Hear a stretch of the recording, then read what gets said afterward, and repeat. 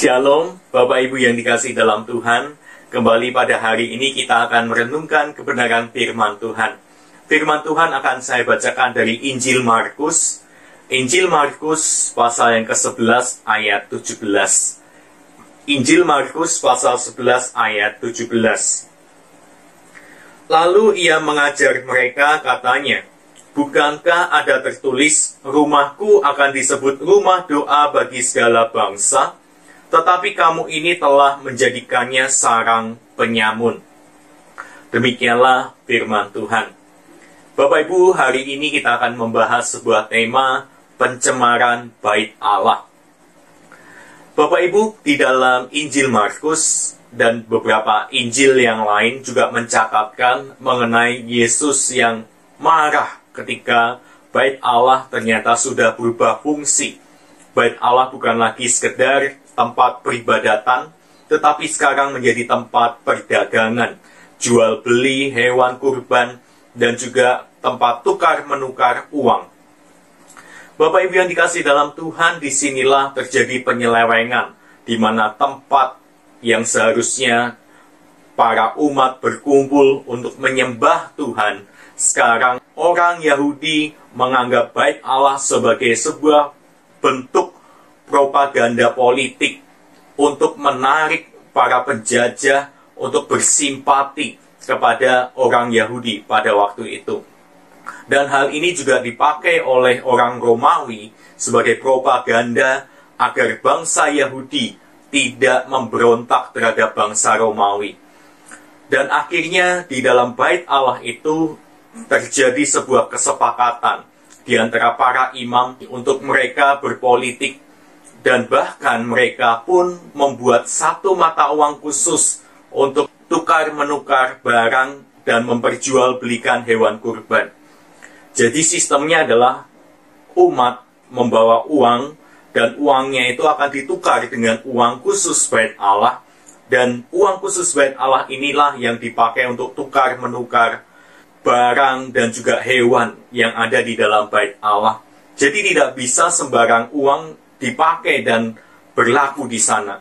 Nah, disinilah Bapak Ibu, korupnya para imam itu ada semua di sini. Tukar-menukar uang, sarana politik, sosial, ekonomi, dan lain sebagainya. Bapak Ibu yang dikasihi dalam Tuhan, sungguh miris. Di sini kita melihat para imam dan juga pedagang memanfaatkan nama Allah untuk mencari keuntungan diri sendiri. Kenajisan dan pemerasan di dalam bait Allah sudah sering terjadi, bahkan telah lama dibiarkan oleh para imam. Apa yang terjadi di bait Allah menjadi bukti bahwa mereka telah mencemarkan kekudusan dan kehormatan Allah sendiri. Tidak heran Bapak Ibu jika Yesus marah, membalikkan meja penukar uang, dan juga mengusir mereka semua. Yesus ingin agar bangsa Yahudi memahami arti, tujuan, dan makna asali dari bait Allah itu sendiri.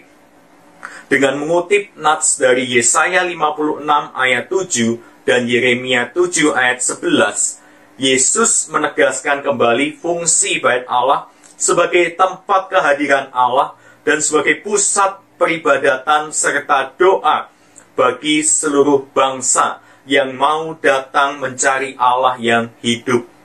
Bapak Ibu, tindakan Yesus inilah yang membuat para imam kepala dan ahli Taurat berang, sebab Yesus telah merusak mata pencaharian mereka. Kemarahan para majelis agama bangsa Yahudi sudah mencapai puncaknya, dan mereka bersatu hati merencanakan pembunuhan terhadap Yesus. Hal ini kita bisa baca di ayat yang ke-18 dan juga di Injil Matius 26 ayat 1-5, di sana juga dituliskan hal yang sama. Tekad mereka sudah bulat Bapak Ibu, karena Yesus telah berulang kali bagi mereka. Yesus merusak citra serta kewibawaan para imam dan ahli Taurat. Kali ini, tindakan Yesus melampaui batas yang dapat ditolerir. Bapak Ibu, Yesus tahu taruhannya ini adalah nyawa. Tapi kita melihat bahwa Yesus tidak pernah gentar sama sekali. Karena Yesus lebih memilih untuk memperjuangkan kebenaran, lebih memilih untuk menunjukkan rasa cintanya kepada Bapa daripada kepada dirinya sendiri. Bapak Ibu yang dikasihi dalam Tuhan, pada masa sekarang bait Allah tidak ada lagi, hancur dan hanya tinggal tembok ratapan, di mana bangsa Yahudi terus-menerus berdoa di tembok ratapan itu, berharap bahwa bait Allah akan kembali dibangun dan mereka bisa kembali beribadah kepada Allah. Bapak Ibu yang dikasihi dalam Tuhan, di zaman kita sekarang ini, zaman anugerah, bagaimana kita orang percaya sudah menerima karya keselamatan dari Yesus Kristus, hidup kita inilah bait Allah yang kudus.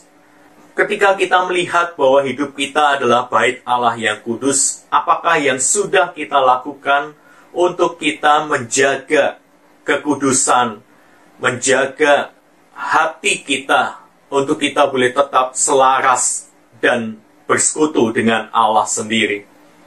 Apakah yang sudah kita upayakan untuk tetap menjaga tubuh kita yang sebagai bait Allah ini di hadapan Allah dan juga di hadapan sesama? Terkadang tanpa kita sadari, kita pun sendiri mencemari bait Allah kita ini.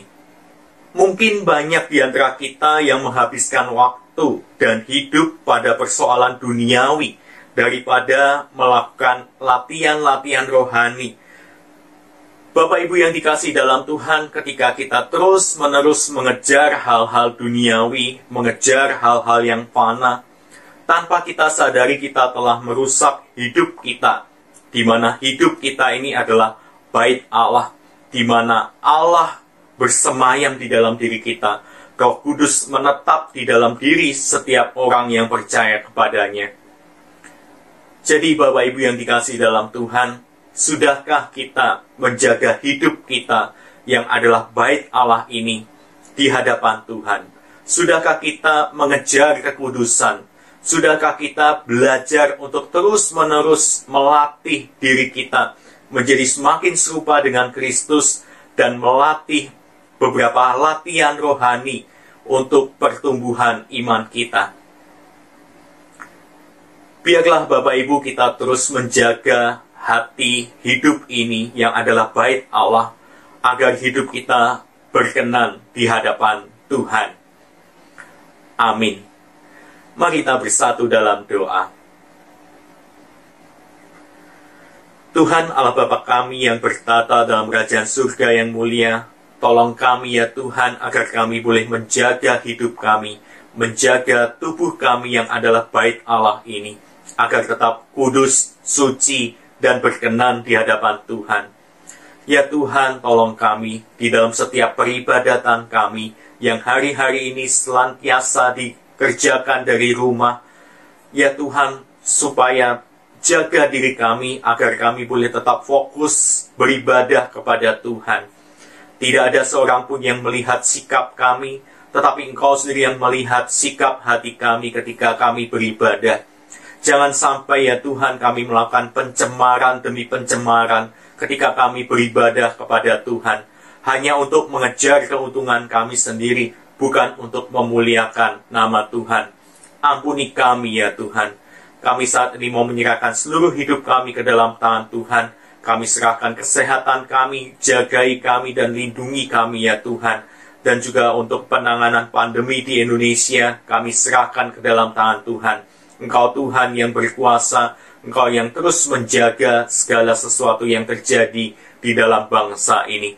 Terima kasih ya Tuhan. Inilah setiap doa kami, berkati istirahat malam kami, berikan kami istirahat yang cukup, sehingga besok boleh bangun dengan tubuh yang sehat.